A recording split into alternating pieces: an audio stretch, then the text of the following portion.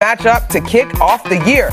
The defending Super Bowl champion Eagles are hosting their division rivals, the Dallas Cowboys, on September 4th.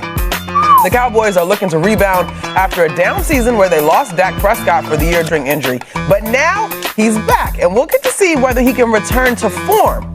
NFL coaches and execs have their doubts. Dak didn't exactly make that recently released top 10 QB list. Mike Tannenbaum is now joining us. Hi, Mike T. How you feeling? Doing great. Good to be with you guys. Good. I love this table here. All right, so we're going to Woody first. D-Wood, is Dak a top 10 quarterback? I think let me qualify by saying this. When we talk about Dak Prescott, health is always the number one thing. He's missed time. If Dak Prescott is playing a full slate of games, absolutely, Dak Prescott is the top 10 quarterback. Do we not forget that just 2 years ago, Dak Prescott was a run-up for MVP behind Lamar Jackson when he threw for over 4,500 yards, 36 touchdowns, and 9 interceptions? Did we not forget that? So I think when we look at Dak Prescott, and also when we look at Dak Prescott, we look at him through the premise of his postseason failures. I think that pushes Dak Prescott down. And I think even if you ask Dak Prescott, yeah, he has to get better in that, as far as the postseason is concerned. But when we talk about guys who go out there and playing the quarterback position, when Dak Prescott is healthy and on the field, Dak Prescott produces, guys. There's no question about it. The only question I have is, can he play a full slate of games? But when he plays a full slate, he's the top 10 quarterback in our league, bar none, period. D-Wood, you must be fatigued from getting here so early. Forget it, because you contradicted yourself. How? You put a qualifier on a top 10 player. If he's healthy. Right. If he's healthy. The essence of being a top 10 quarterback is no qualifier. No. It's being available. And when you think about some of these young guys coming along, the Bo Nixons of the world, the C.J. Strouds of the world, even Drake May, if they get better receiving production in New England, I like Dak Prescott.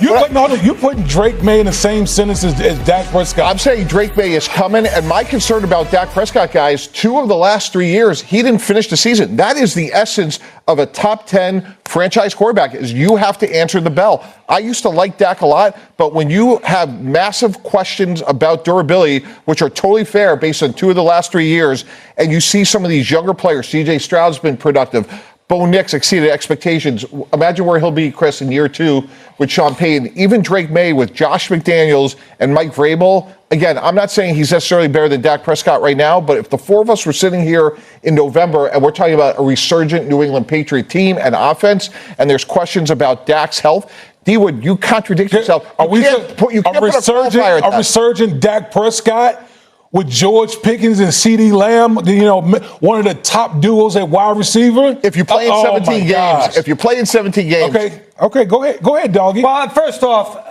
listen, you can't put Drake May up. That's not fair. I mean, that's a little rough. Drake May. I like Drake May, but that's a little rough. That'd be fair. That's a little rough. And Bo Nix, too. That's a little fair. Because he did not play well in the playoff game. Here's your problem. At least he went to the playoffs. Dak Prescott was watching him. About Peyton had a lot to do with that and everything else. Here's the thing I'd say about Prescott you got to be fair about.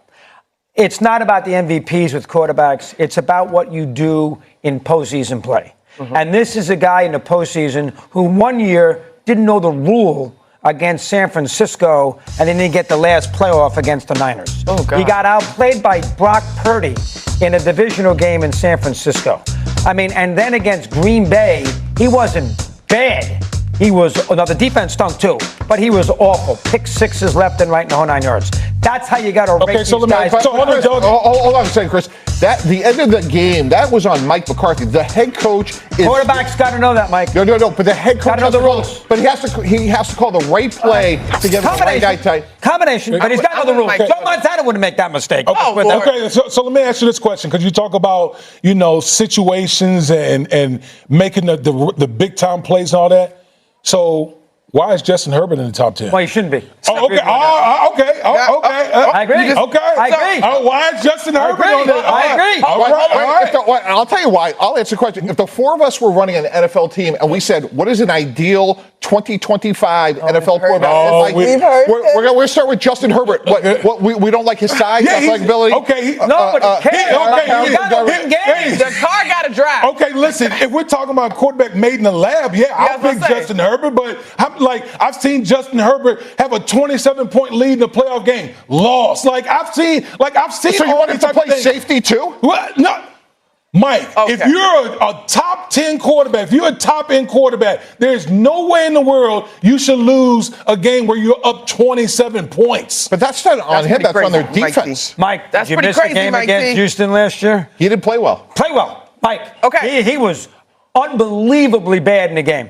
Okay, He didn't play well. Hold on. He stunk. You gotta be fair. There's not 9 quarterbacks on the planet I'd rather have than him to start a team. Okay, speaking of. Okay. All right, so the question is, y'all, whether Dak should or shouldn't be. If you take one off, you got to put one on, which leads us to, you have a list of your. I did, and I put Herbert in there at the end, and I shouldn't have. Not that. Let me see. Here is my list. Can I read it right?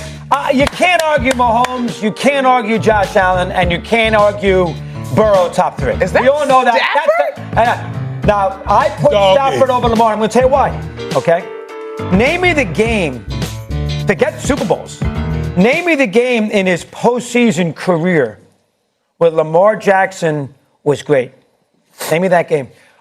The last 2 games that he lost in the postseason against Detroit 2 years ago, he was superb in the game. They lost to the Lions. And last year against the Eagles, he was great in the game. I was going to say, that wasn't He on him. brought him back down the field. The center made the mistake on the blitz. Stafford was tremendous in the game. Plus, he's won a championship.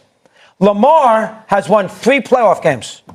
So here it is, Stafford, who has been heroic in losses and won a Super Bowl.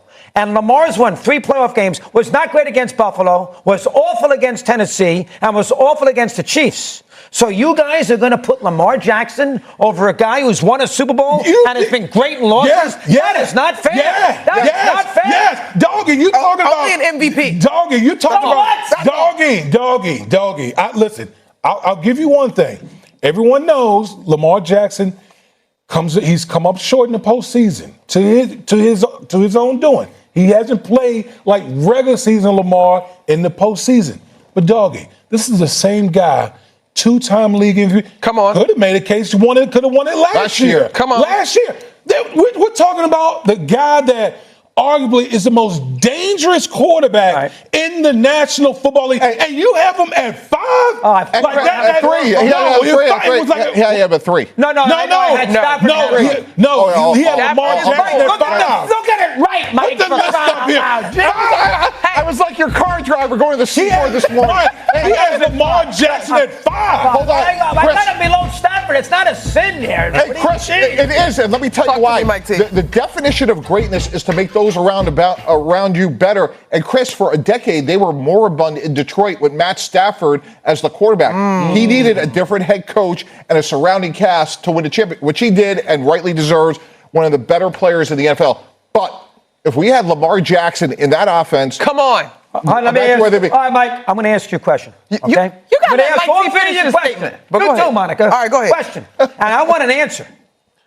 Based on the body of work that you've seen right now, you got your life on the line. Life. Who are you picking in a big game? On the road. You're picking Stafford? In a big game, I mean a playoff game.